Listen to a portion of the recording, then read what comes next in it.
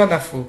En hommage aux victimes des attentats de Paris et autre part, j'aimerais répondre à 13 questions qu'on se pose souvent sur Daesh, afin d'éviter notamment les amalgames et les préjugés.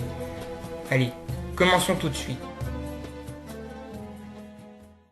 1. C'est quoi Daesh ? Daesh, aussi appelé État islamique, est une organisation militaire, politique et terroriste. On l'appelle ainsi car depuis 2013, l'État islamique s'est autoproclamé État islamique en Irak et au Levant, qui en arabe donne الدولة الإسلامية في العراق والشام. qui abrégé se prononce en arabe داعش. et en anglais. Daesh. 2. Comment est né Daesh ? L'organisation djihadiste commence en 2006. À cette époque, c'est le chaos en Irak. Le pays est occupé par l'armée américaine et certains de ses alliés, mais pas la France, venus depuis 2003 renverser le dictateur Saddam Hussein. Des membres de 6 groupes terroristes islamistes, dont Al-Qaïda, s'unissent pour créer le Conseil consultatif des Moudjahidines en Irak, dont je parlerai un peu plus tard. Ce conseil proclame l'État islamique en Irak, qui se considère comme le véritable pouvoir politique du pays. 3. Qui est le chef de Daesh ? Le chef de Daesh, Abu Bakr al-Baghdadi, s'attribue le titre de calife, autrefois porté par des descendants du prophète Mahomet, fondateur de l'islam au 7e siècle. Et il appelle les musulmans du monde entier à lui obéir. Cependant, aucun des principaux chefs musulmans ne reconnaît son autorité. Le parcours d'al-Baghdadi est méconnu. On estime qu'il est né en 1971 dans le nord de l'Irak. Il a vécu ensuite dans la capitale, Bagdad, où il a étudié la religion. Il s'est radicalisé, devenant salafiste. Après l'invasion américaine de 2003, il a rejoint les rangs des combattants islamistes. Arrêté par l'armée américaine, il a passé plus d'1 an en prison. Tout porte à croire qu'il s'est rapproché d'Al-Qaïda pendant sa détention. En 2010, il est devenu le chef pour l'Irak de ce groupe terroriste. Puis en 2013, al-Baghdadi et Daesh ont rompu avec Al-Qaïda. 4. L'État islamique est-il véritablement un État ? Daesh entend fonctionner comme un État. Al-Baghdadi définit la stratégie du groupe terroriste et des ministres sont en charge de différents domaines, lutte armée, propagande, mais aussi justice ou éducation. Ils sont notamment basés dans les villes de Raqqa, en Syrie, et de Mossoul, en Irak, les 2 fiefs du groupe. Daesh a également mis en place une administration chargée de faire fonctionner les écoles, les hôpitaux.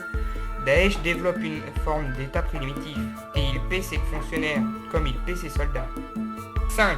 Avec quel argent Daesh peut-il exister ?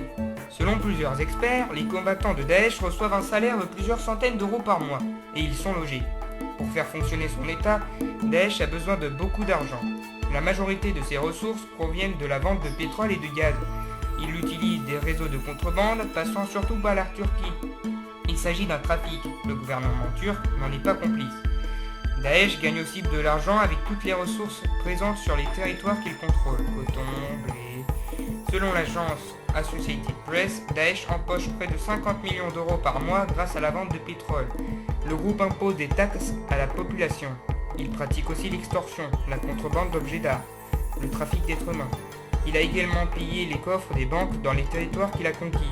Daesh est considéré comme le groupe terroriste le plus riche au monde. 6. Quelle est l'idéologie des membres de Daesh ? Daesh se voit comme le défenseur de la communauté des musulmans, dont il veut restaurer l'unité. Et dans les territoires qu'il contrôle, il impose la charia, un règlement découlant du Coran, d'une manière très brutale.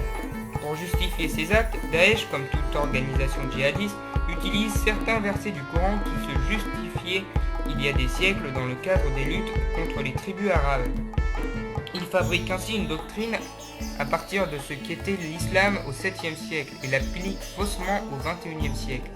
En se référant au premier temps de l'islam politique, de l'islam des anciens, Daesh crée un cadre idéologique et se donne une légitimité historique.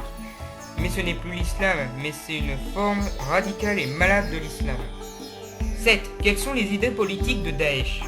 Daesh est une forme de totalitarisme. Il contrôle tous les aspects de la vie des gens et il rejette tout ce qui est différent de sa vision du monde.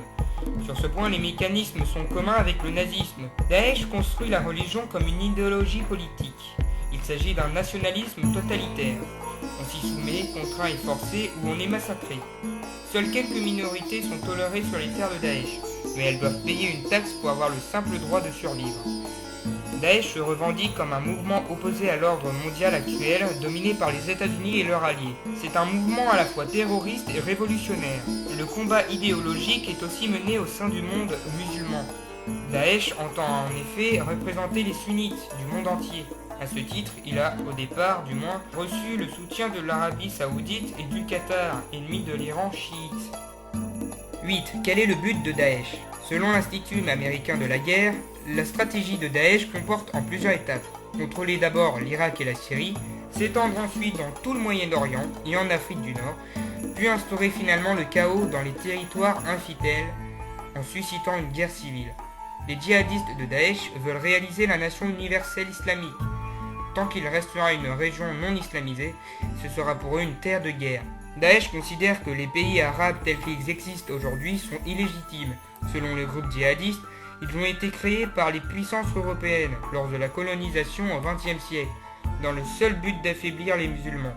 Daesh veut réaliser l'unité de la communauté musulmane telle qu'elle existait au temps du califat, il y a plusieurs siècles. 9. Comment vit-on sous Daesh? Quand on vit dans un territoire conquis par Daesh, on peut voir des exécutions tous les jours dans les rues. Des gens sont fouettés, crucifiés, lapidés, décapités. Des femmes accusées d'avoir trompé leur mari, des voleurs, des gens qui ont refusé d'obéir aux djihadistes. Les produits interdits, bonbons, biscuits, ont été brûlés. Il est obligatoire d'aller prier à la mosquée 5 fois par jour. Pas le droit d'écouter de la musique, de fumer, de boire de l'alcool, de porter des jeans. Les femmes n'ont plus le droit de travailler. Elles ne peuvent pas sortir dans la rue sans être accompagnées d'un homme. Elles sont obligées de porter le niqab, composé d'un voile et d'un vêtement noir recouvrant tout le corps. Les filles ne vont plus à l'école et les garçons sont poussés à s'entraîner dans des camps pour devenir des combattants. Dans les zones qu'ils contrôlent, Daesh a ordonné que les femmes subissent une excision, c'est-à-dire une mutilation du sexe de la femme. Celles qu'ils capturent, comme les femmes de la minorité yézidi, sont converties, réduites en esclavage ou mariées de force. Les jeunes filles recrutées par Daesh en France découvrent toutes ces règles. On leur avait pourtant promis une vie meilleure. 10. Qui sont les membres de Daesh? Daesh dispose de 30 000 à 50 000 combattants en Syrie et en Irak. Parmi eux, des milliers d'Occidentaux. Ces soldats sont bien armés et disposent d'un matériel moderne. Publié en 2010, un rapport du groupe Conflict Armament Concept affirme que l'armement de Daesh provient de 21 pays différents, ce qui pose la question d'un éventuel trafic en faveur du groupe. Mais le rapport affirme que la majorité des armes utilisées par Daesh ont été saisies aux armées irakiennes et syriennes, équipées par leurs alliés respectifs. États-Unis pour l'armée irakienne et la Russie pour l'armée syrienne. Selon l'ONG, l'Observatoire syrien des droits de l'homme, les terroristes disposent d'avions de chasse. 11. Quels outils de propagande Daesh utilise-t-il?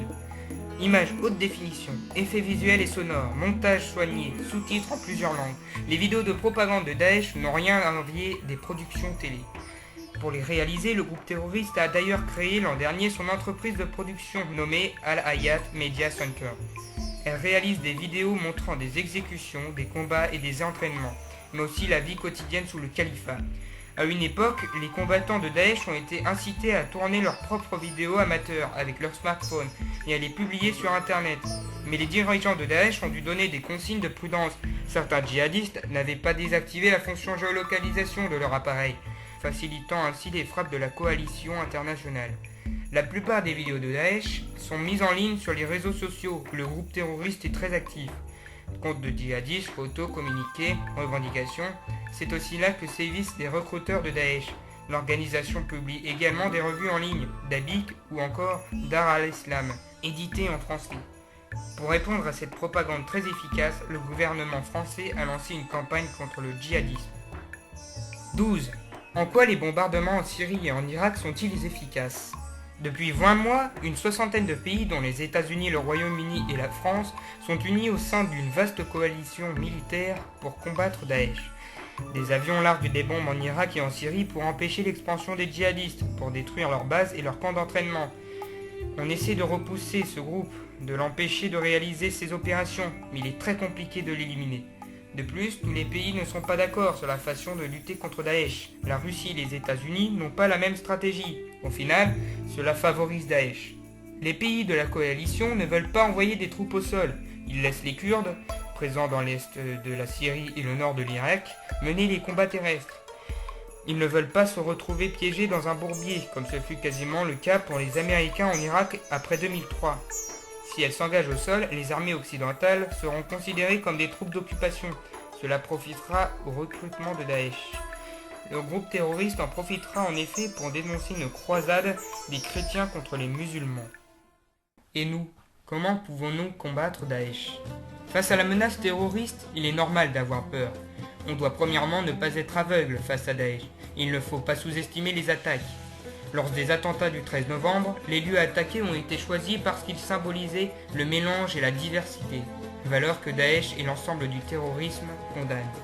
Les amalgames et l'islamophobie sont des graves erreurs car les terroristes veulent nous diviser, alors que la France se dit indivisible. Mais deuxièmement, il faut se rappeler que certains djihadistes sont d'origine occidentale, la faute à la radicalisation de certains jeunes. Lorsque quelqu'un a des discours radicaux, il ne faut pas se renfermer ou le mépriser. Au contraire, il faut comprendre ses arguments et dialoguer, car les terroristes manipulent des jeunes perdus qui ont une vie sociale parfois très difficile. Ils sont renfermés en proie à la précarité. Pour moi, dialoguer c'est la meilleure manière de faire reculer le terrorisme. Pour ne rater aucune vidéo, abonnez-vous au Studio Mathieu. Vous pouvez aussi victimiser le pouce bleu et spammer la rubrique des commentaires, notamment pour laisser votre avis sur le sujet. Je vous retrouve le 13 janvier pour 13 nouvelles infos qui, je l'espère, seront habituelles. Allez, à plus les gobeurs d'infos.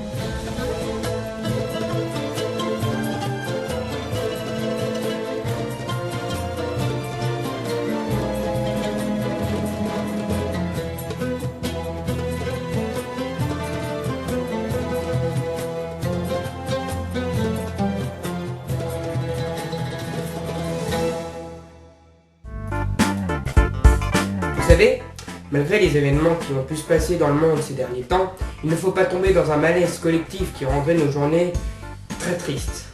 Non, il faut continuer de faire la fête. Et on fait tourner les serviettes. Je vous souhaite un joyeux Noël à tous. Le prochain opus sera en janvier 2016 et